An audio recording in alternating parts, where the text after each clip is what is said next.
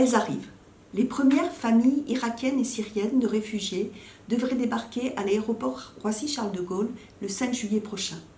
Elles vont emprunter ce qu'on a appelé le couloir humanitaire, ce couloir humanitaire voulu par les chrétiens.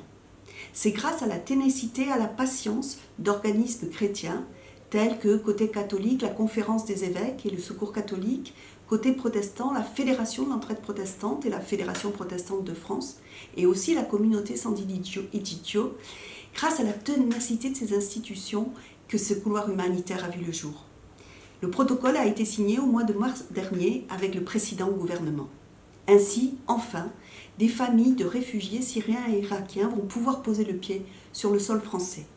Elles ont été choisies sur des critères très précis et doivent être des personnes vulnérables, des familles monoparentales, des personnes malades, handicapées, beaucoup de critères pour justifier le choix de ces personnes. Elles arriveront donc le 5 juillet prochain à l'aéroport Roissy-Charles de Gaulle et devraient enfin pouvoir se reposer dans notre pays, voire s'y installer de façon définitive. On sait en effet que la France jusqu'à présent n'a pas brillé par son engagement auprès de ces réfugiés.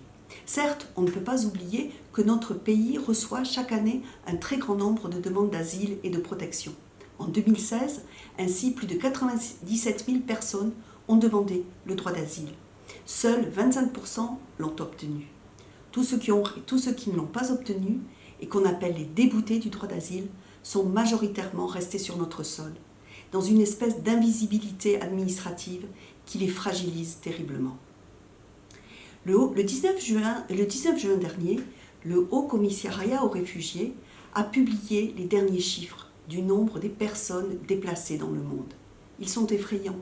Ils n'ont jamais été aussi élevés. De plus en plus de personnes ont dû fuir leur pays, victimes de violences, de la guerre, de persécutions. Ces hommes et ces femmes se déplacent souvent sur le continent, dans les pays voisins. Quelques chiffres donnent le tournis. Au Liban, plus d'1 million de réfugiés pour une population totale d'environ 6 millions d'habitants.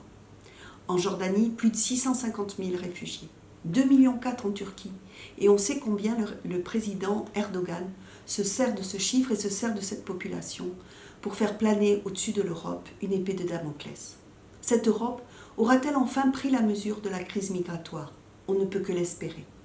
On ne peut qu'espérer qu'elle mette enfin en place des relations plus justes, économiquement plus justes avec les pays concernés, qu'elle décide d'investir de façon plus massive dans ces pays d'origine des réfugiés, et qu'enfin elle ait une diplomatie peut-être plus offensive en direction des pires dirigeants des pays de cette planète, comme par exemple la Syrie ou les deux Soudans.